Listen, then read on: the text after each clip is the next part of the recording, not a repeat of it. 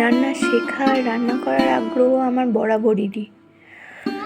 ছোটবেলা থেকেই রান্নার প্রতি একটা আলাদাই ভালোবাসা ছিল, কিন্তু মা আগুনের সামনে যেতে দিতে ভয় পেত। তাই রান্না শেখার আবদার জেঠিমার কাছেই পূর্ণ হতো।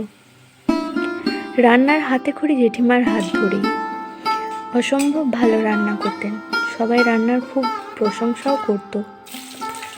আমাদের বাড়িতে নামেই দুটো সংসার ছিল, কিন্তু জেঠিমা আমাদের কোনো জিনিস না দিয়ে খেতেন না।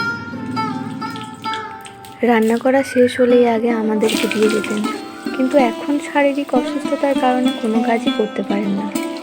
হ্যাঁ, তবে যেহেতু এককালে রান্না ভালো করতে পারতো, সেহেতু খাবারের বিচারটা এখনও রয়েই গেছে। কোন রান্নায় কাঁচা জিরের গন্ধ, কোন রান্নায় একটু মিষ্টি হলে ভালো হতো, এইসব বিচার প্রায়ই খাবার টাইমে হয়েই থাকে। তবে জেঠিমার কাছে রান্নার বিষয়ে সুনাম পাওয়া একটু মুশকিলই ব্যাপার, কিন্তু আমি কিছু কিছু রান্নার ব্যাপারে নাম পেয়েছি, যেমন মিক্স ভেজ, আলুর পরোটা, চানা মশলা, ভেজ কাটলেট ইত্যাদি।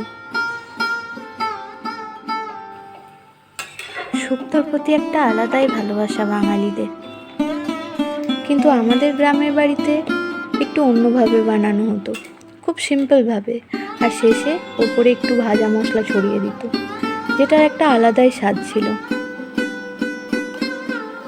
এখানে রান্নার ব্যাপারে অনেক রকম এক্সপেরিমেন্টই করে থাকি। বাড়ি গিয়ে কিছু কিছু রান্না করে খাওয়ানোর চেষ্টাও করি।